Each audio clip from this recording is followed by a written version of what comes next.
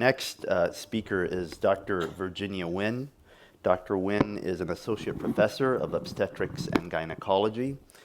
She is also our director of perinatal biology.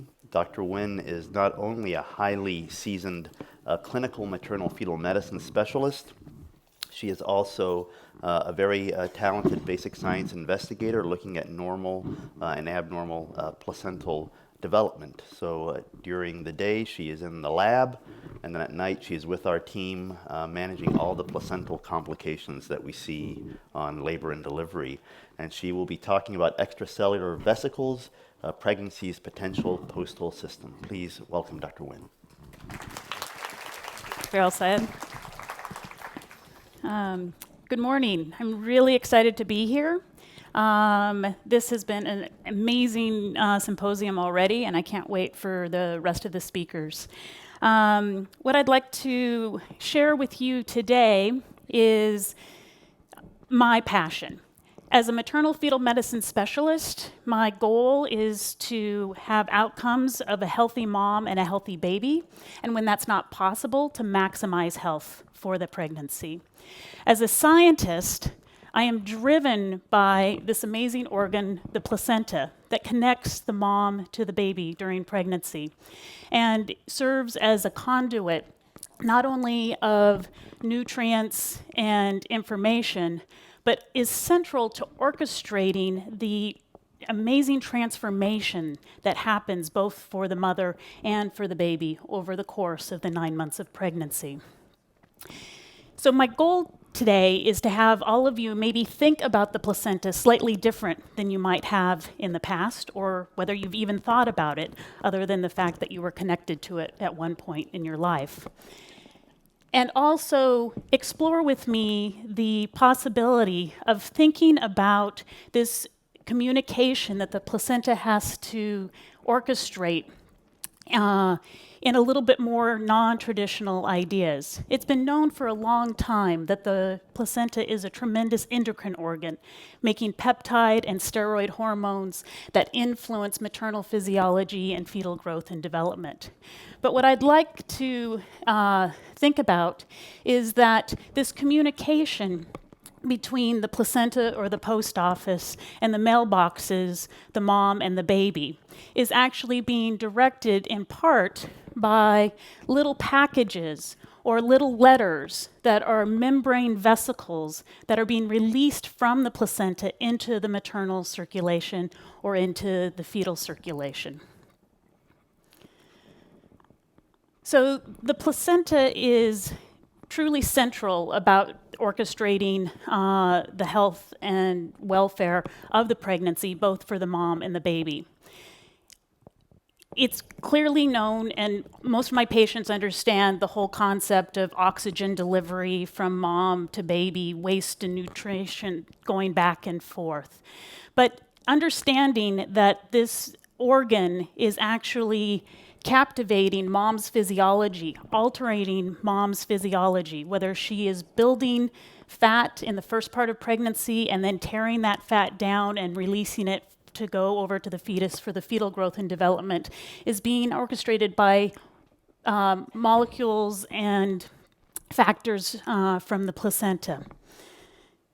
Also, the placenta has to educate the maternal immune system for tolerance for the pregnancy. Just as Brees had mentioned earlier, there's this balance of understanding the immune system in pregnancy for that maternal fetal tolerance.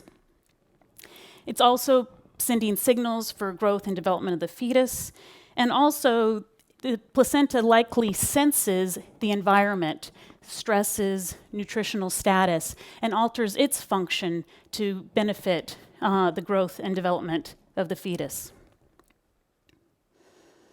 And as an obstetrician, I'm also acutely aware that when the placenta is not functioning as well, or the response to normal placental function is awry, leads to a tremendous number of the pregnancy complications we see as clinicians, including growth restriction, preeclampsia, abnormal adherent placenta, preterm labor, as well as gestational diabetes. So placental development begins with that. We've had already a little bit of an introduction into the earliest stages of placental development with the development of the Trophectoderm layer in that early human embryo. Those Trophectoderm cells are what arise into the placenta. And by about 6 weeks in pregnancy, this is the extent of the placental development. Those trophectoderms have differentiated into a number of different types of trophoblasts: syncytial trophoblasts, cytotrophoblasts, invasive trophoblasts. And you can see at the top that branched structure, also known as the chorionic villus tree, is covered by a particular type of trophoblast called the syncytium. And if we look at those chorionic villi closer up, you'll see that there are highly branched structure that is covered in the syncytium, which is marked by the red fluorescence. And that within that trunk of that branching structure is the fetal vasculature is developing on the fetal side. And so you actually are developing both a maternal side of the circulation as well as a fetal side of the circulation, and that transport has to go across this chorionic villus tree structure. At the same time that this chorionic villus tree is growing and developing, on the maternal side, trophoblasts are invading into the maternal uterine lining and remodeling and reforming the maternal vasculature to increase blood supply to what is that intervillous space that the chorionic villus tree is bathed in, to improve circulation and perfusion of the placenta. So in this diagram, the blue cells are representing the trophectoderm-derived cells, or the trophoblasts. And those blue cells are invading towards the left of the screen up into the muscle layer of the maternal uterus and actually replacing the vascular cells of the spiral arteries. And so the fetal cells actually replace the maternal endothelium, break down the smooth muscle layer of the spiral arteries, and convert these vascular conduits into these large bore, low resistant vessels, creating even a larger shunt for maternal blood to be taken to the intervillous space of the placenta to help with the growth and fetal development. So by about second trimester, that chorionic villus tree structure that originally was growing and developing around the entire blastocyst has now coalesced into a single disc structure. And what you see here is those chorionic villus tree structures coming down from what would be the ceiling of a big room of maternal blood that is dumping into the floor of that space and bathing the chorionic villus tree and helping with the exchange. But if we look at that chorionic villus tree that's lined by the syncytium, multinucleated trophoblasts, it actually itself has microvilli, and so it's fuzzy when you look at it at the structural level. And you can see that in the panel on the right-hand side, you have those little tissue parts that are hanging out in the breeze, and that's what would be bathed in the maternal blood. And what you will see is you can see blebbing of the membrane there. And also from this syncytium, we know that apoptotic bodies and syncytial knots and cells are released directly into the maternal circulation. So there's various types of these membrane-packaged vesicles that get released from the syncytium directly into the maternal circulation. Some of these are a conglomeration of nuclei from the syncytium.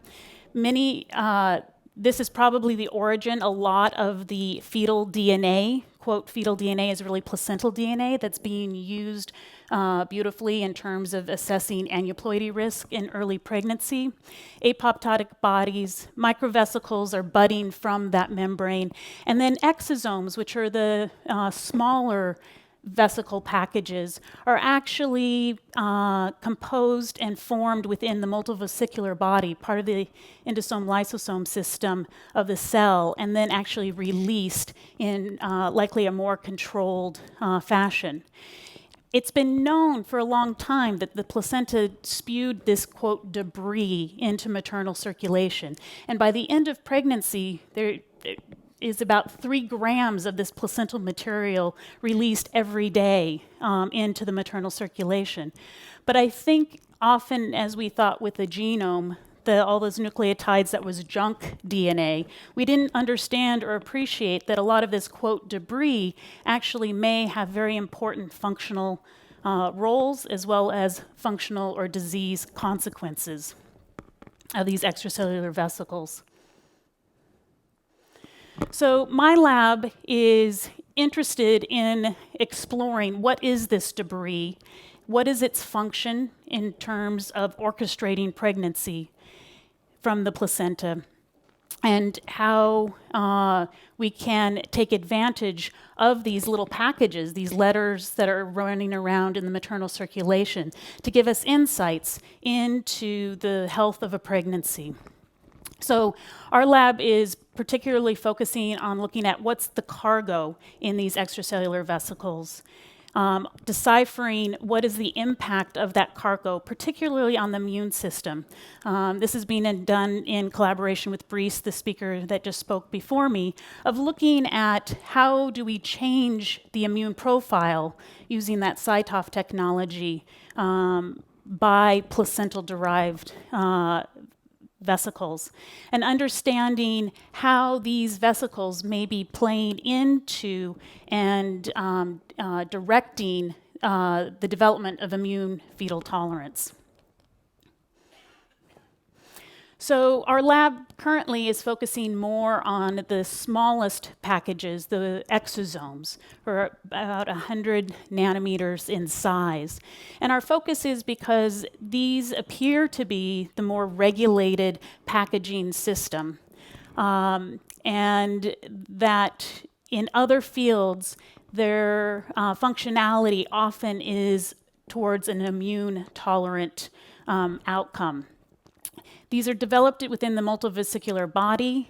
They include cytosolic proteins, membrane proteins, the lipid composition of the vesicles, as well as nucleotides within the vesicle, particularly microRNAs, long non-coding RNAs, and microRNAs. And what's interesting is the cargo that can be seen in these packages reflects the physiologic state of the cell of origin. So providing the opportunity to see insights into the function of the placenta from the material that's released from the placenta. So in work by a group down under, have been looking at placental exosomes over pregnancy. And what you can see in this graph is that with pregnancy, the number of exosomes that can be detected within the circulation goes up log order magnitude, and that it continues to increase over pregnancy. When they look at the exosomes in the circulation, they're not only looking at exosomes related to the placenta, but all the cell types of our bodies are releasing these small packages of communication. And when they look at a marker that's specific and only produced within the placenta, what they see is that the number of placental-specific exosomes within the circulation is also increasing over gestations of pregnancy, likely a reflection of both placental size and growth, as well as placental function. So there's been quite a bit of an explosion of work of understanding and exploration of what these placental extracellular vesicles or exosomes might be doing in the maternal system. And these include things about impacting the endovascular health, conveying actual viral resistance to other recipient cells. And this is intriguing because it's trophoblast specific. The exosomes from other cell sources doesn't convey the same sort of resistance to viral infection as the trophoblast cells, as well as a lot of work into the immune modulation. So as a maternal fetal medicine specialist, I'm also very interested in autoimmune disease and seeing how pregnancy impacts autoimmune disease, particularly rheumatoid arthritis, which has the remarkable process of pregnancy actually improving this particular inflammatory state to the point that women sometimes don't need to be on any medications during pregnancy, and they are really having, quote, an amelioration or almost a cure, a temporary cure of their underlying disease process. And understanding the immune mechanisms that are happening there likely will reflect the underlying biology of what's needed to be altered for maternal fetal tolerance. And so, in collaboration with Leonard Dragone, we were interested in trying to get at mechanism related to this. And we've been utilizing a murine model that recapitulates human RA disease, known as the SKG mice. So it's a spontaneous mutation in a BALB/c mouse that alters T cell function in the ZAP70 molecule of T cell signaling. And what's interesting is these mice not only get arthritis, but they get the extra articular manifestations of rheumatoid arthritis. And if you house these animals in a dirty animal facility, they will spontaneously develop RA in response to pathogen exposure. But if you keep them in a clean facility, you can actually inject the mice with fungal agents and get a reproduced kinetic development of arthritis over several weeks, providing a model system of arthritis development. And what we did is took this mouse model, and once arthritis induction was initiated, got the mice pregnant to see what would happen with the development of the rheumatoid arthritis. And in this cohort of 3 sister litter mates, the mouse that actually got pregnant is depicted with the red squares. And you can see after pregnancy, the arthritis score decreased down to 0 level. And what's intriguing is once the mother delivered, her arthritis started to rebound, which is also what we see in human RA disease. On the left-hand panel is just showing the inflammation of a zimazine-treated mouse and a mouse treated with zimazine who was also pregnant. And you can see the joint destruction on the far left panel with arthritis development that was ameliorated in the presence of pregnancy. So, given my interests in the placenta and so in further cohorts, we were able to recapitulate this modulation of arthritis development being ameliorated or at least reduced in response to pregnancy. And so our questions were, what from pregnancy, and my interest specifically in the placenta, what from the placenta is being seen by the maternal immune system that's educating these alterations? What is the effect of this material on those cells, and how does that play out into modifying disease? So a graduate student in my lab set out to look at these extracellular vesicles and specifically exosomes, understanding what is in the cargo of these in pregnant serum as well as directly derived from placental trophoblast cells to begin to understand what might be the material that's educating the maternal immune system. So we obtained a cell line looking at these exosomes, and then RNA-seeked the RNA content of these extracellular vesicles. And what we found was that there were microRNAs that were only present in pregnancy and not in the non-pregnant serum. And of those, we were interested in those that were also produced by the Trophoblast exosomes. And from that, we ended up with a panel of microRNAs. And when we looked at the targets, the known cellular targets of these microRNAs, DKK1 was actually a common target of two of the most increased abundant microRNAs. And an MFM fellow in my lab then also looked at what was happening with DKK1 expression over pregnancy and showed that DKK1 decreased with pregnancy. So you can see that we're just scratching the surface of beginning to understand the mechanisms here. I'm running a little short on time, but I do want to turn back to this concept of a pregnancy postal system.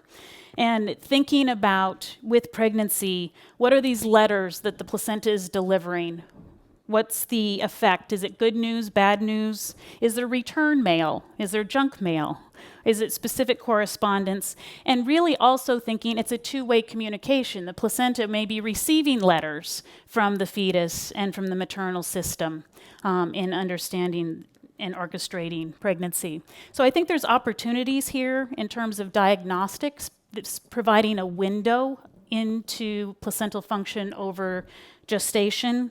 We may be able to, in a similar fashion to what Bree showed you in terms of identifying factors on the immune cells that predicts early pregnancy. Extracellular vesicles may also provide predictive approaches. Can we use this as a readout of modulation and improvement to therapies? And these are small nanoparticles. If we understood the important features of these particles and who they're communicating with and what they're communicating, can that be harnessed into potential even therapeutic approaches in pregnancy?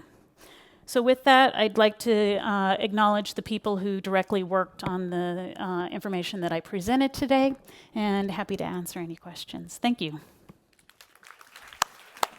Thank you, Virginia, for a wonderful talk. We have time for just one or two questions. There is about 8 to the 10th per mil in early pregnancy, and then that goes up to about 10 or 12.